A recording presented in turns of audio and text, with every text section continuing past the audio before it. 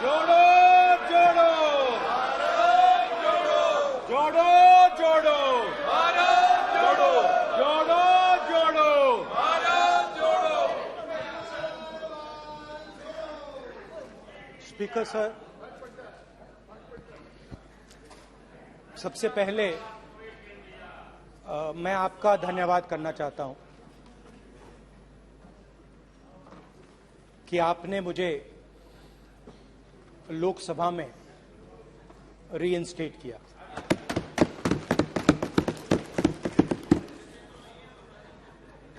और पिछली बार जब मैं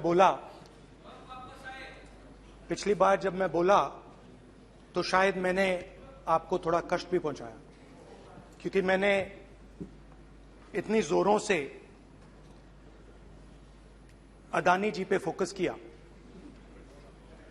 कि जो आपके सीनियर नेता हैं शायद उनको थोड़ा कष्ट हुआ। तो वो जो उनको कष्ट हुआ, छोड़िए। हमेशा अदानी पे अभी भी कष्ट हो रहा है। वो जो कष्ट हुआ, अभी भी कष्ट हो रहा है। विषय पे आइए, विषय पे। अभी भी कष्ट हो रहा है। ये देखिए, ये सारे ये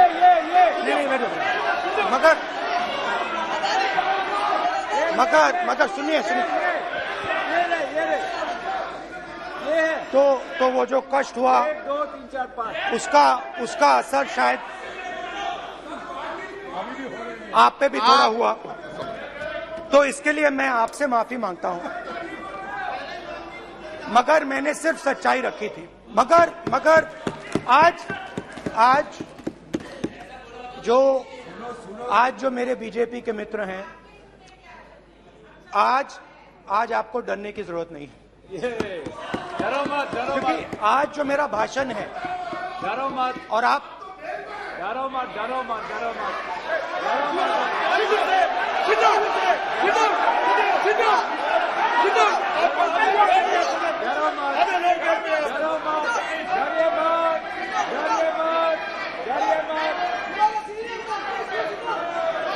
स्पीकर सर, अरे बैठो ब्रदर।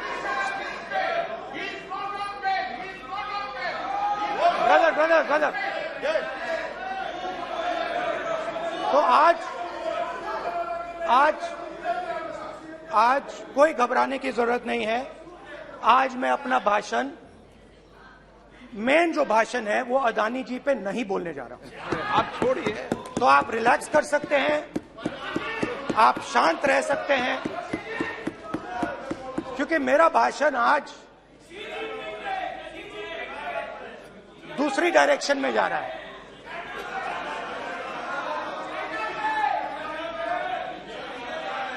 रूमी ने कहा था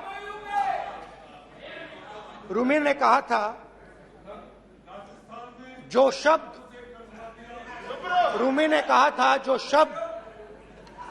दिल से आते हैं वो शब्द दिल में जाते हैं। तो आज मैं दिमाग से नहीं बोलना चाह रहा हूं, मैं दिल से बोलना चाह रहा हूं।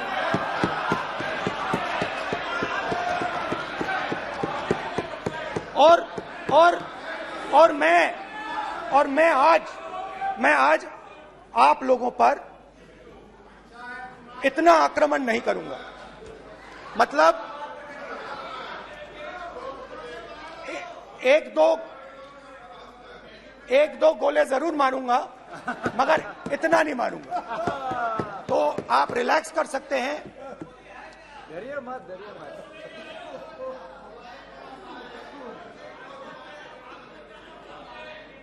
अरे रक्षा मंत्री जी आज संभाल लेंगे आप लोग।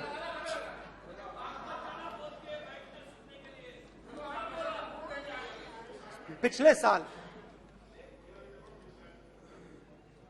130 दिन के लिए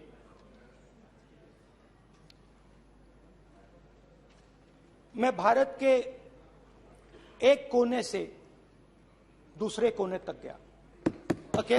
अकेला नहीं, बहुत सारे लोगों के साथ।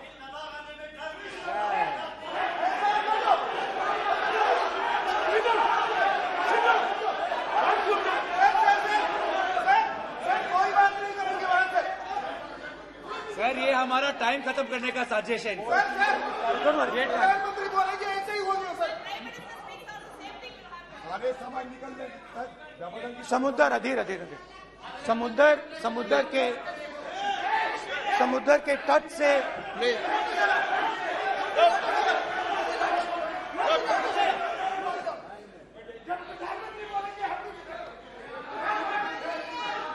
माननीय सदस्य प्लीज प्लीज ऐसे धमकाने का बाकी मत बोलो यहाँ पे।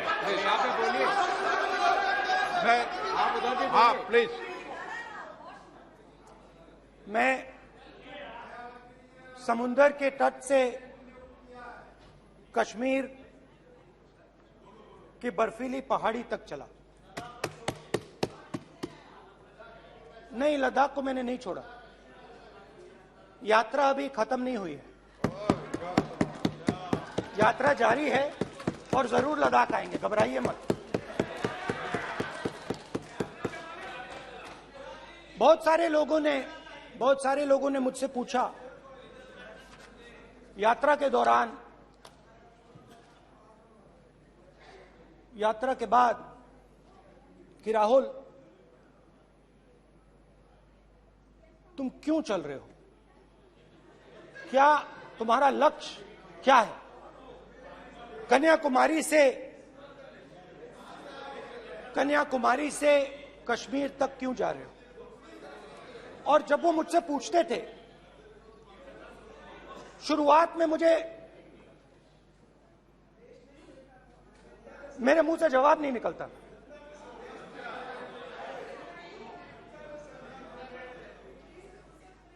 शायद मुझे ही नहीं मालूम था कि मैंने ये यात्रा क्यों शुरू की। जब मैं कन्याकुमारी से शुरू हुआ, मैं सोच रहा था मैं हिंदुस्तान को देखना चाहता हूं, समझना चाहता हूं, लोगों के बीच में जाना चाहता हूं, मगर गहराई से मुझे मालूम नहीं था।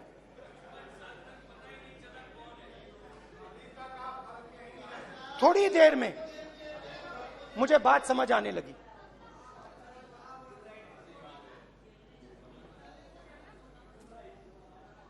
जिस चीज से मुझे प्यार था, जिस चीज के लिए मैं मरने को तैयार हूं, जिस चीज के लिए मैं मोदी जी की जेलों में जाने को तैयार हूं, जिस चीज के लिए मैंने 10 साल हर रोज गाली खाई, उस चीज को मैं समझना चाहता था। ये है क्या जिसने मेरे दिल को इतनी। भाई आप रनिंग कमेंट्री बंद करो नहीं तो हम भी चालू करेंगे। सुनने का जिस चीज ने मेरे दिल को इतनी मजबूती से पकड़ रखा था, उसको मैं समझना चाहता। शुरुआत में जैसे मैंने शुरू किया, सालों से मैं हर रोज 8-10 किलोमीटर दौड़ता हूं, तो मेरे दिमाग में था कि अगर मैं 10 किलोमीटर दौड़ सकता हूं तो 25 किलोमीटर चलने का क्या मतलब, कोई बड़ी बात नहीं। ये मैंने सोचा था। आज मैं उस भावना को देखूं तो वो अहंकार था कि मैं ये कर सकता हूं, ये कुछ नहीं है। तो मेरे दिल में उस समय अहंकार था।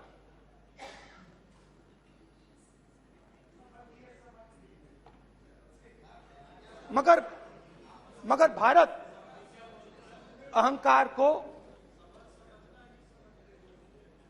एकदम मिटा देता है, 1 सेकंड में मिटा देता है। तो हुआ क्या, 2-3 दिन में मेरे घुटने में दर्द शुरू हो गया। पुरानी इंजरी थी और जबरदस्त दर्द। हर रोज मैं उठूं और मेरे घुटने में दर्द, हर कदम में दर्द। तो पहले 2-3 दिनों में जो अहंकार था, जो मतलब भेड़िया जो निकला था, वो चींटी बन गई एकदम। जो हिंदुस्तान को अहंकार से देखने निकला था, वो पूरा का पूरा अहंकार गायब हो गया। और रोज मैं डर डर के चलूं कि क्या मैं कल चल पाऊंगा। ये मेरे दिल में डर था। और जब भी ये डर बढ़ता था, कहीं ना कहीं से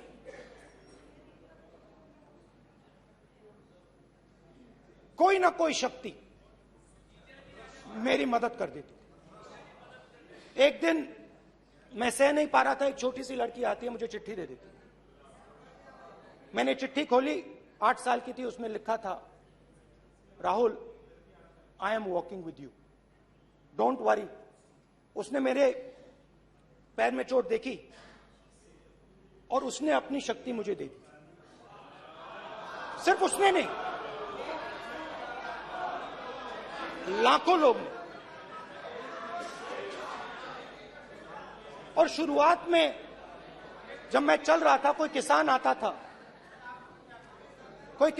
था, मैं एकदम पहले उसको अपनी बात बताता था कि आपको ये करना चाहिए, आपको इस प्रकार से काम करना चाहिए। मगर इतने लोग आए,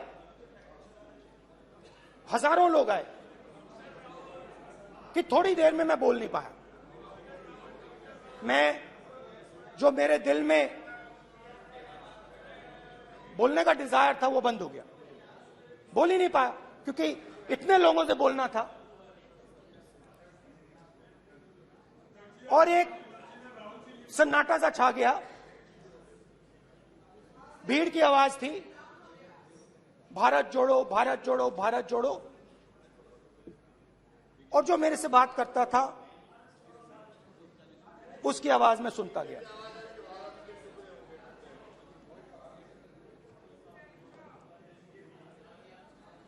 हर रोज सुबह 6 बजे से रात 7-8 बजे तक आम आदमी, गरीब, अमीर, बिजनेसमैन, किसान, मजदूर, सबकी आवाज।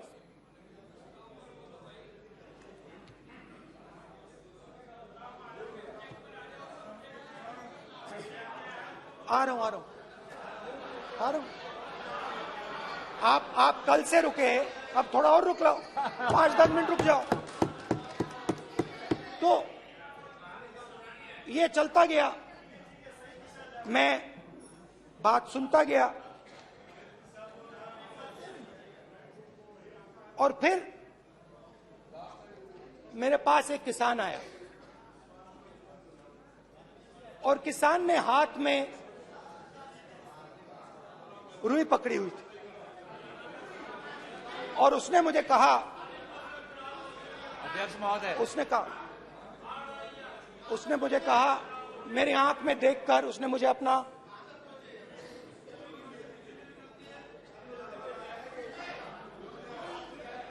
वो रुई का बंडल दिया, और उसने कहा, राहुल जी,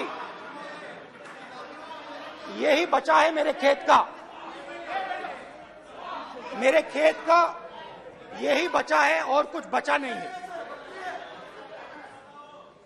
मैंने उससे, जो मैं नॉर्मली सवाल पूछता था, भैया आपको बीमा का पैसा मिला, वो पूछा।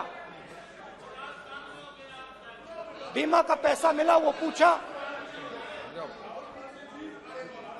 और किसान ने मेरा हाथ पकड़ा। किसान मुझे कहता है कि नहीं राहुल जी, मुझे बीमा का पैसा नहीं मिला,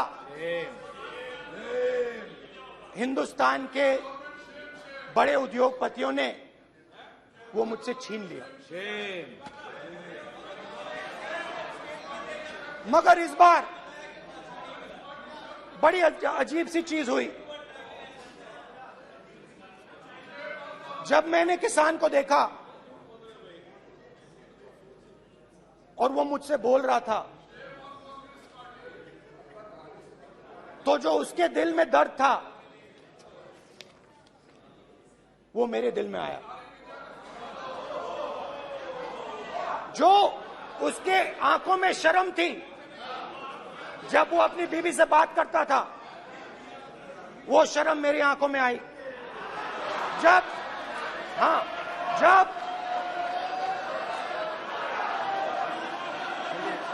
जब उसकी जो भूख थी वो मुझे समझ आई।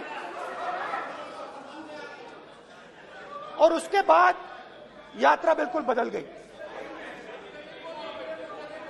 मुझे भीड़ की आवाज नहीं सुनाई देती थी, मुझे सिर्फ उस व्यक्ति की आवाज सुनाई देती थी जो मेरे साथ बात कर रहा था। उसका दर्द,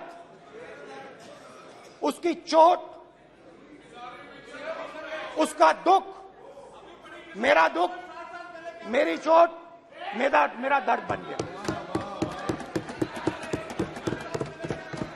समझने की कोशिश करो।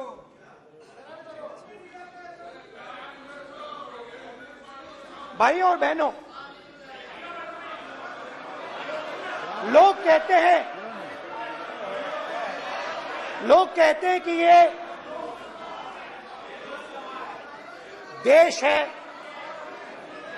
कोई कहता है ये अलग अलग भाषाएं हैं, कोई कहता है ये जमीन है, मिट्टी है, कोई कहता है ये धर्म है, ये सोना है, ये चांदी है। मगर भाइयों और बहनों, सच्चाई है कि ये देश एक आवाज है। ये देश सिर्फ एक आवाज है। ये देश, इस देश की लोगों की आवाज है। इस देश के लोगों का दर्द है, दुख है, कठिनाइयां हैं। और अगर हमें इस आवाज को सुनना है तो हमारे दिल में जो अहंकार है, हमारे जो डिजायर्स हैं, हमारे जो सपने हैं, उनको हमें परे करना पड़ेगा। जब हम अपने सपनों को परे करते हैं तब हमें हिंदुस्तान की आवाज सुनाई देती है, तब तक हिंदुस्तान की आवाज हमें नहीं सुनाई देती। अब आप कहोगे ये बात मैंने नॉन कॉन्फिडेंस मोशन में क्यों रखी? इसका क्या मतलब है कि भारत एक आवाज है, भारत लोगों का दुख है, भारत लोगों का कष्ट है, मुश्किलें हैं। क्योंकि भाइयों और बहनों,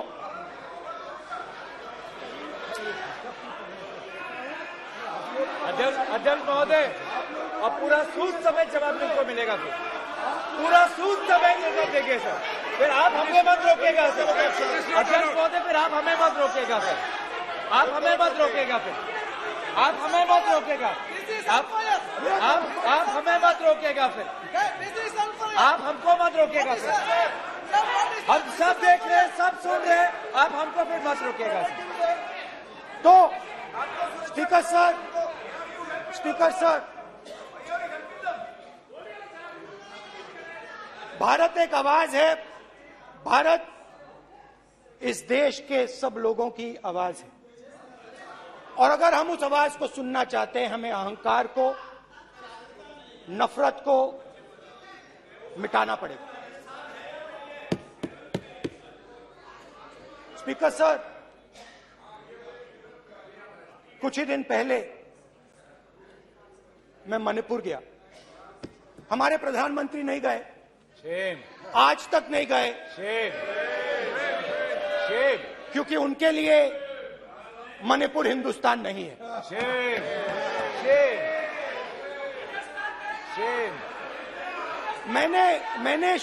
मैंने मणिपुर शब्द प्रयोग किया,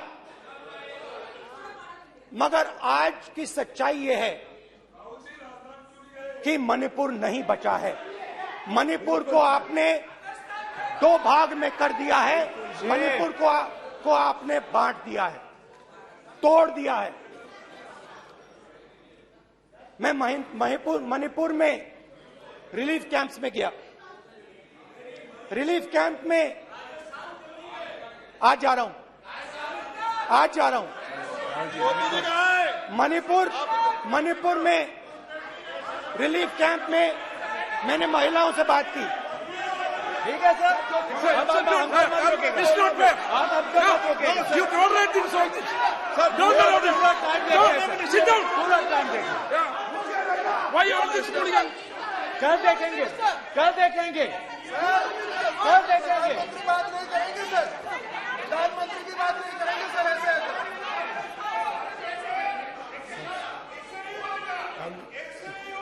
सूद समय मैं जवाब मणिपुर मिलेगा। गया और मणिपुर के कैंप्स में मैंने महिलाओं से बात की, बच्चों से बात की, जो हमारे प्रधानमंत्री जी ने आज तक नहीं किया। एक महिला मुझे कहती है, मैंने उनसे पूछा, बहन क्या हुआ आपके साथ? What's this? एक एक मंत्री बोल रहे हैं। कल आप बोले एक एक मंत्री खड़े होके बोल रहे हैं। एक एक मंत्री खड़े होके ऐसे कर रहे हैं। एक एक मंत्री खड़े होंगे तो पूरे सांसद खड़े होंगे यहाँ पे, पूरे सांसद खड़े होंगे यहाँ पे। बैठे नहीं है, चुपचाप करिए। पूरे सब खड़े होंगे, पूरे सब खड़े होंगे। कल कांग्रेस पार्टी ने पूरा देश खड़ा होगा आपके खिलाफ। तो पूरा देश कल आपके खिलाफ खड़ा होगा। मैं बहुत सारी महिलाओं से बात किया, मगर मैं आपको दो उदाहरण देना चाहता हूं। एक महिला मुझे कहती है, मैंने कहा क्या हुआ तुम्हारे साथ? कहती है, मेरा छोटा सा बेटा, महिला का सम्मान करें प्लीज। ये सम्मान, एक ही बच्चा था मेरा, कोई शर्म कर लो गल मारी। एक ही बच्चा था मेरा, मेरे सामने, मेरे आंखों के सामने उसको गोली मारी है। मैं पूरी रात, आप सोचिए, आप अपने बेटों के बारे में सोचिए, मैं पूरी रात उसकी लाश के साथ लेटी रही। झूठ नहीं, झूठ आप बोलते हो, झूठ मैं नहीं बोलता हूं। मैं पूरी रात उसकी लाश के साथ लेटी रही और फिर मुझे डर लगा, मैंने अपना घर छोड़ दिया, जो भी मेरे पास था वो मैंने छोड़ दिया। मैंने उनसे पूछा, कुछ तो लाई होगी? कहती है, नहीं, सिर्फ मेरे जो कपड़े हैं ये मेरे पास हैं। और फिर इधर उधर ढूंढती है और एक फोटो निकालती है और मुझे कहती है, यही मेरे पास अब बची है।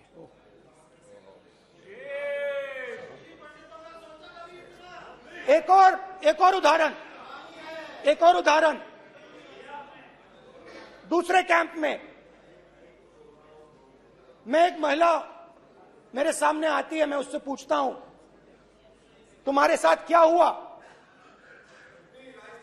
क्या हुआ तुम्हारे साथ?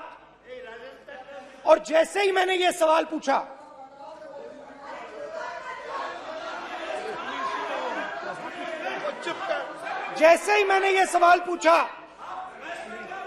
आप महिला का दर्द नहीं सुन सकते, महिलाओं का दर्द नहीं सुन सकते, महिलाओं का दर्द सुनने का आपका धैर्य नहीं है, महिलाओं का दर्द नहीं सुन सकते, महिलाओं का दर्द नहीं सुन सकते। जैसे ही मैंने उससे ये सवाल पूछा, बैठो, जैसे सर, प्लीज सर,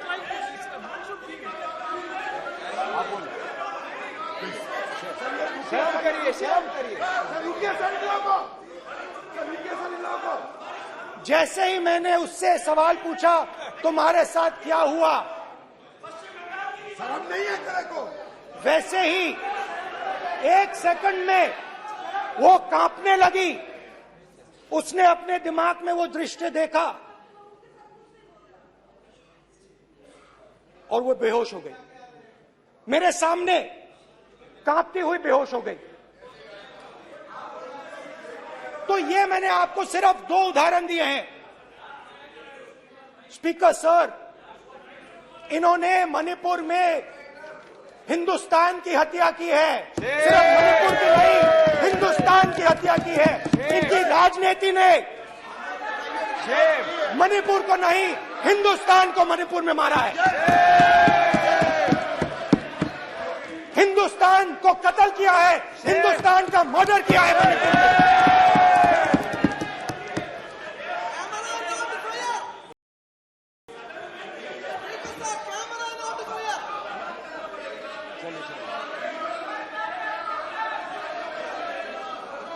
अरे 2 भाग के हैं, जब करिए जी।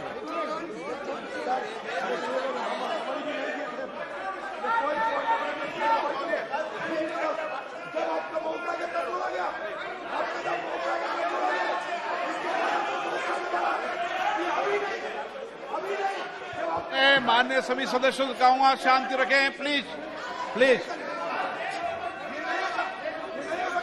मणिपुर, हाँ क्या बोल रहे हैं? अब बोलिए। एक अरे भाई क्या बात है? क्यों बात नहीं कर सकते? क्या बात करते हैं? इन्होंने राहुल गांधी ने आज सदन में पानी पी रहे हैं भाई। आप क्या बात करते? बैठो सर, ये राहुल गांधी ने आज जो बातें कही है इस सदन में बहुत ही गंभीर बात किया है। मैं उनसे एक सवाल पूछना चाहता हूँ। 60 दशक तक हजारों लोगों को नॉर्थ ईस्ट में हत्याएं हुए हैं। इसका जिम्मेदार कांग्रेस पार्टी है। राहुल गांधी को माफी मांगना चाहिए। राहुल गांधी का कांग्रेस पार्टी 60 साल से ज्यादा इस देश को शासन किया है। नॉर्थ ईस्ट को इन्होंने खत्म किया है। आज नॉर्थ ईस्ट में जितना मिलिटेंसी है ये कांग्रेस पार्टी ने पैदा किया है। क्या बात करते हैं? प्रॉब्लम क्या बात करते हैं? आज नॉर्थ ईस्ट में सारा मिलिटेंट ग्रुप है, सारा कांग्रेस पार्टी की वजह से जन्म हुआ है।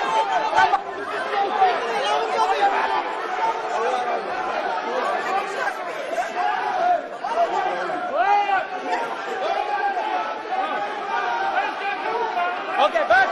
Aja, back. हेमंत, सबको पीछे ले आओ। Back. हाईवे। हो गया। प्रतापन, हो गया। आप भाषण नहीं सुनना चाहते हैं? आप भाषण नहीं सुनना चाहते? प्लीज बैठिए,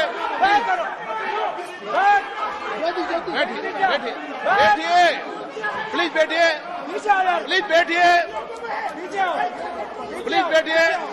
चले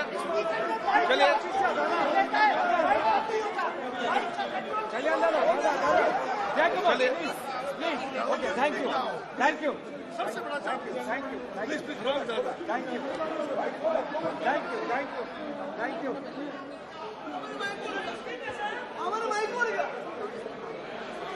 एक मिनट बैठिए, एक मिनट प्लीज बैठिए,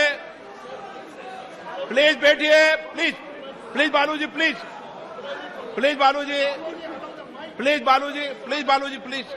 एक मिनट प्लीज बैठिए। माननीय सदस्यगण, नहीं सकते।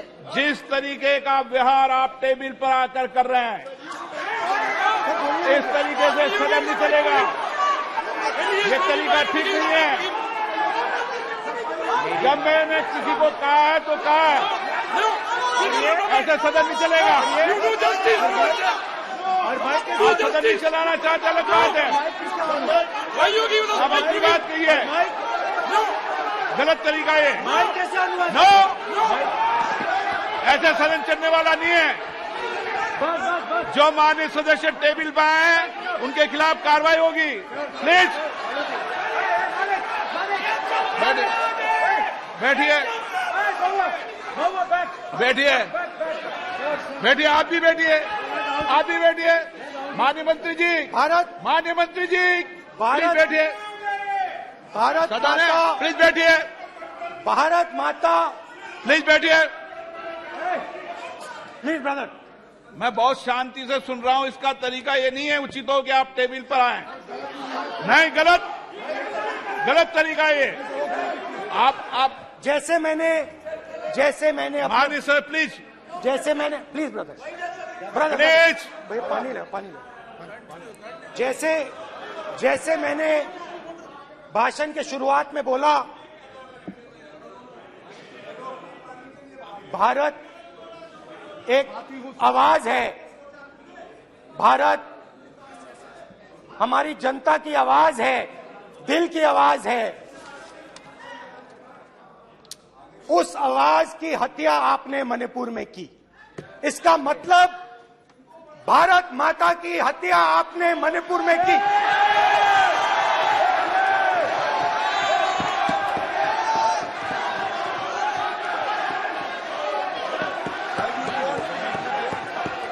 भारत माता को आपने मणिपुर के लोगों के मारा, आपने मणिपुर के लोगों को मारकर भारत की हत्या की है।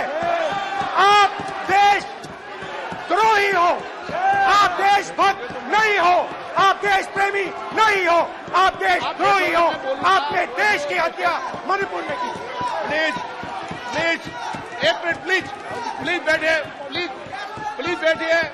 अब सवाल आप उठता है, बैठना चाहते नहीं बैठना चाहते, आप बैठना चाहते नहीं बैठना चाहते, इसीलिए आपके बैठना प्रधानमंत्री चाहते आप। मणिपुर में नहीं मैं जा सकते बैठिए आप, हैं, क्योंकि उन्होंने प्लीज देश की हत्या की है। मणिपुर में हिंदुस्तान की हत्या की है, भारत माता की हत्या की है। मणिपुर के लोगों के दिल में प्लीज एक मिनट बैठिए आप, तो सवाल उठता है। एक मिनट बैठिए, एक मिनट। आप भी विराजो, आप बैठिए सही, नहीं बैठिए रहने दो आप बैठिए आप, प्लीज बैठिए आप, प्लीज। आप बोल रहे हैं फिर आप भारत माता के रखवाले नहीं एक हो, मिनट माननीय सर। आप भारत माता के हत्यारे हो। प्लीज माननीय सदस्य, प्लीज माननीय सदस्य, प्लीज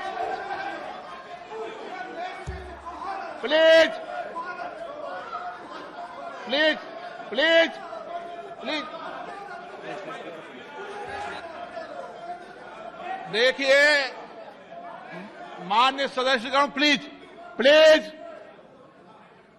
माननीय सदस्यगण, भारत मां हमारी मां है, हमें सदन में बोलते समय संयम बरतना चाहिए।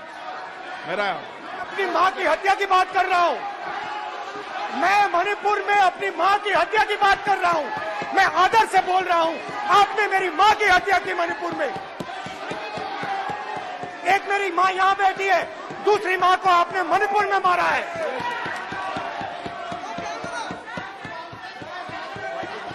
और हर रोज जब तक आप हिंसा को बंद नहीं करोगे, तब तक आप मेरी मां की हत्या कर रहे हो। हिंदुस्तान की सेना मणिपुर में एक दिन में शांति ला सकती है। हिंदुस्तान की सेना का आप प्रयोग नहीं कर रहे हो, क्योंकि आप हिंदुस्तान को मणिपुर में मारना चाहते हो।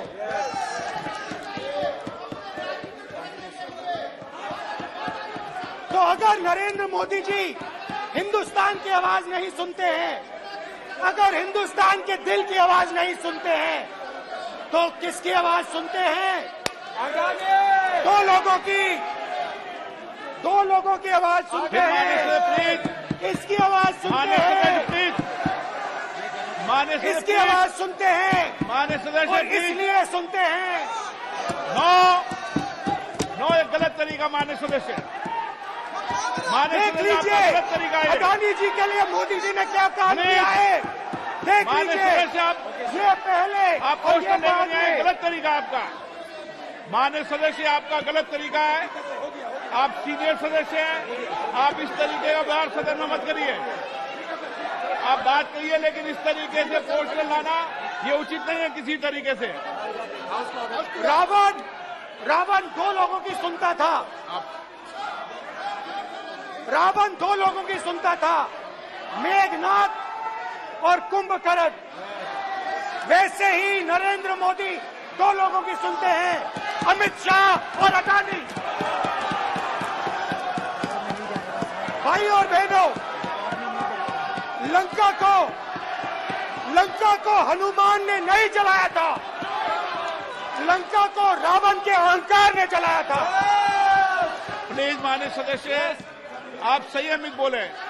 आप ये सदन है, आप तरीके से बोलिए माननीय राम सदस्य। ने रावण को नहीं मारा था, रावण के अहंकार ने रावण को मारा था। आप पूरे देश में केरोसिन फेंक रहे हो, पूरे देश में आप केरोसिन फेंक रहे हो। आपने मणिपुर में केरोसिन फेंकी, आपने चिंगारी लगा दी। अब आप हरियाणा में कर रहे हो, पूरे देश को आप जलाने में लगे हो। आप पूरे देश में भारत माता की हत्या कर रहे हो। धन्यवाद स्पीकर।